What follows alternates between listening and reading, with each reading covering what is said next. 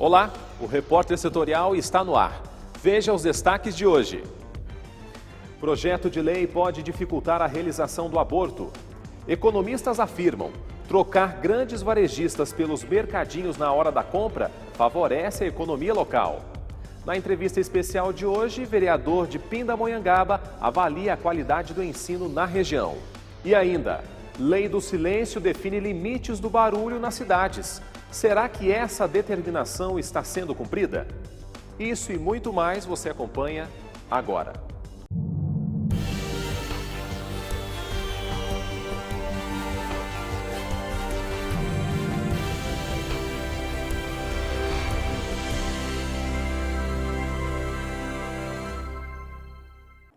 Olá, esse é o Repórter Setorial. Um projeto de lei que tramita no Congresso deve dificultar a realização do aborto.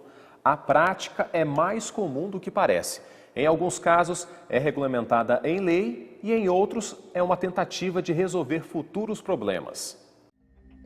A cada minuto, 380 mulheres engravidam no mundo e 190 destas gestações são indesejadas ou não planejadas.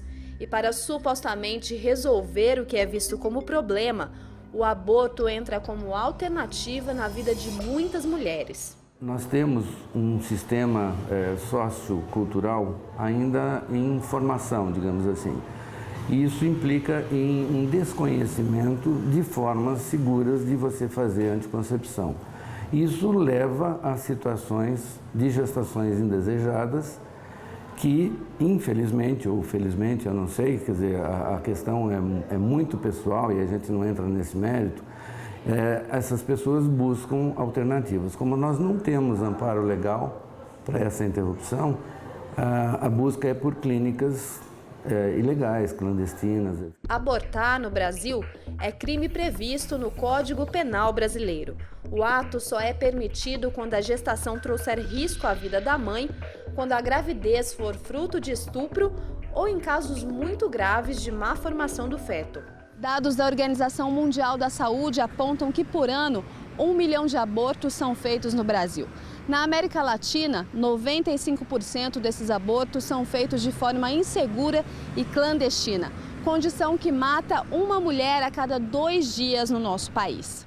Além do risco de morte, a mulher que se submete ao aborto corre sérios riscos de comprometer sua saúde e carregar sequelas para o resto da vida. O risco mais significativo, na nossa opinião, são consequências do procedimento mal realizado. Então você pode ter hemorragias, você pode ter perfurações uterinas, você pode ter infecções do trato genital, levando algumas vezes a quadros de infertilidade no futuro ou mesmo a situações que impliquem num procedimento cirúrgico de retirada do útero, etc. e tal. Esse assunto voltou a ganhar destaque na mídia e nas manifestações populares depois que o presidente da Câmara dos Deputados, Eduardo Cunha, propôs um projeto de lei contrário ao aborto, que tipifica como crime contra a vida o anúncio de meio abortivo e prevê penas específicas para quem induz a gestante à prática de aborto. Fato que traz à tona uma discussão moral sobre o assunto. Que são coisas muito distintas, né? Tratar da legalização do aborto como se houvesse um estímulo ao abortamento, à prática do abortamento. E eu digo que são coisas distintas, são coisas realmente muito diferentes, né?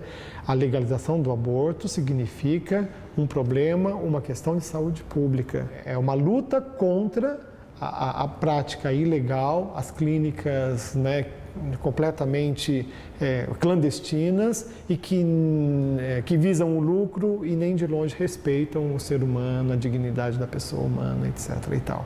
Por ano, 20 milhões de abortos inseguros são feitos no mundo, segundo a Organização Mundial da Saúde. E esse alto índice impacta diretamente na saúde pública. Porque a partir do momento que haja uma complicação, o recurso é o público. Então, nós temos um índice de procura, digamos assim, de mulheres pós-abortamento, que a gente não fica sabendo se são provocados ou se são espontâneos, e que demandam uma intervenção médica. Óbvio que isso reflete no custo operacional disso tudo, evidentemente, né? Porque cada internação tem um custo. E nós, sociedade, é que pagamos por esse custo. Para diminuir o número de abortos e o número de mortes causados por essa prática, a conscientização através de políticas públicas, incentivo à contracepção e a educação de forma ampla e adequada pode ser um bom caminho para a prevenção. Educação é igual à melhora de saúde pública, em todos os níveis. Eu acredito que países mais ditos desenvolvidos ou com uma cultura anterior à nossa, eles tenham muito menos esse tipo de situação, principalmente pela formação educacional. O ser humano é o mesmo, então nós temos as mesmas condições que quaisquer outras pessoas em qualquer outro lugar do mundo. O problema é a informação.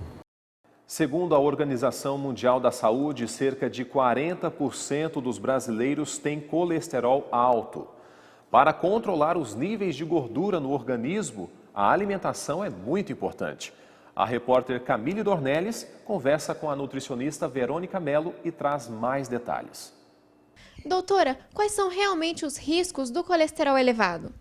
O colesterol elevado ele pode trazer complicações cardíacas, nós temos o risco de acumular placas de gordura na parede das artérias. No caso, acumulando as placas, a pressão sanguínea passando, a pessoa acaba tendo uma hipertensão, que como eu falei no começo, traz a doença cardíaca e pode desenvolver a síndrome metabólica. Mas aí já é uma pessoa que já está bem sedentária, que não cuida realmente da saúde há muito tempo. No mais, é realmente a doença cardíaca o principal problema. E tem alguns alimentos que ajudam a reverter esse quadro? Nós temos a linhaça, a chia, elas possuem um ômega 3, que ele vai ajudar nesse processo, que nós temos vários tipos de colesterol na corrente sanguínea. O bom e o ruim são os mais falados, que é o HDL, o bom, e o LDL, o ruim. Se você vê lá no seu exame de sangue LDL elevado, se ele estiver acima ou limítrofe, aí já é um caso de se preocupar. Caso contrário, se não tiver, se ele estiver no valor normal, perfeito. Para manter, além de tudo, o ideal é ter uma alimentação saudável, é praticar atividade física, consumir esses produtos que é a linhaça, a chia. Nós temos também vários alimentos com antioxidantes que eles vão auxiliar na parede da artéria. Do mais, esses são os principais e os mais baratos também, que a gente encontra com mais facilidade no mercado, para não ter também aquela elevação de custo, né, na hora de você fazer a sua compra no supermercado. Então, esses são os mais práticos para a gente consumir no dia a dia, ricos em ômega 3. E para quem ainda está com os níveis normais, como faz para manter? Olha, o consumo de peixe semanal é uma boa alternativa, no mínimo 2 vezes por semana, porque ele tem ômega 3, normalmente peixes de água profunda. E consumir também no dia a dia linhaça, não demais, porque tudo que é demais faz mal. Então, consumir uma colher de sopa de linhaça germinada, isso é importante. Todo mundo acha que só consumir ela já vai fazer o papel necessário. Não vai. A gente precisa fazer o ômega 3 sair da linhaça. Então, você pega uma colherzinha de sopa dela, coloca num potinho e adiciona um pouquinho de água. Vai sair uma gosminha, chega a ser até meio estranho. Mas aquela gosminha é o ômega 3. Ali que está a principal fonte. Ele que vai auxiliar nesse processo. Aí você pode consumir batendo num suco, você pode consumir com uma fruta. Aí vai da criatividade de cada um. Obrigada, Verônica. Estima-se que 800 mil pessoas morrem por ano no Brasil por causa de doenças cardiovasculares causadas pelo colesterol elevado. Por isso, é preciso se cuidar. Camille Dornelles, repórter setorial. Agora o assunto é esportes radicais. Se prepare. Hoje o repórter setorial vai te mostrar uma aventura capaz de levar a sua adrenalina a 1000. Conheça o esporte que tira seus pés da terra e te leva para as alturas. Acompanhe.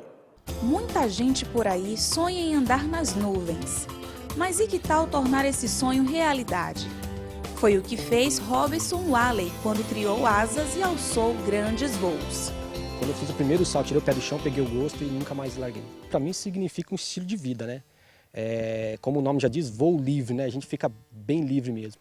E para descrever realmente a sensação de voar, é só estar voando mesmo para poder saber. Eu já tenho 20 anos de voo e ainda não sei explicar realmente a sensação verdadeira, porque cada voo é um voo diferente, né? Mas para ganhar o céu, a aventura começa em terra firme.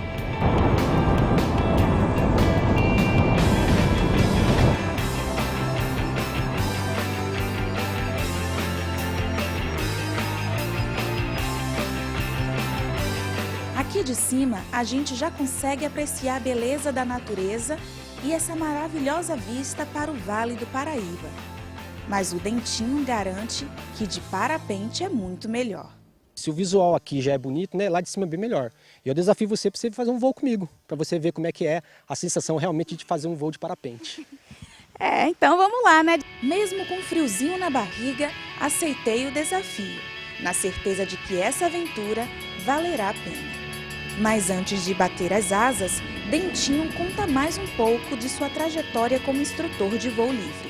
A minha família, na verdade, já uns primos meus já voavam, né, de parapente, né, me apresentou na época, né, mais ou menos no ano de 95, né, e eu comecei a fazer o curso em 96, né, me formei em 97, né, e com isso eu fui participando mais do voo. Todo final de semana a gente tem voado, né, comecei a participar de alguns campeonatos brasileiros, campeonatos estaduais, né, e fui adquirindo mais experiência até chegar no nível que eu estou hoje, né? Já faz aí quase meus 20 anos aí.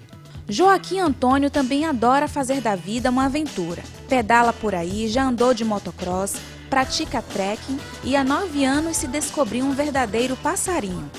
Eu falo pra você, é um esporte que eu não largo mão, eu amo fazer isso. O que eu puder fazer no esporte, sendo de aventura, pode me chamar que eu estou dentro. Assim como Joaquim, Alberto Françoso e Ricardo Silva praticam parapente e juntos já ganharam o céu. Foi a minha primeira experiência. Eu enfrei a vela e saí, e nunca mais eu parei de voar, né? Todo final de semana, quando possível, eu estou voando. E a sensação é indescritível, né? É uma sensação de paz quando você está lá em cima, a 2.000 metros de altura do nível do mar, 2.200 metros, né? Que eu já atingi, que é o meu recorde. É uma sensação indescritível, muito bom. E no começo assim eu fiquei meio apreensivo se eu ia gostar ou não, só que no primeiro voo que eu fiz mudou, né? Antes de voar e depois de voar. Isso é um espetáculo, então é uma coisa que traz uma paz muito grande. Ainda nessa edição você vai conferir o salto de Louise Maiana e viver nas imagens a experiência de voar entre as nuvens. Não perca! Depois do intervalo você vai ver. Na luta contra a obesidade, mesmo quem faz a cirurgia bariátrica precisa mudar o estilo de vida. Mais detalhes já já.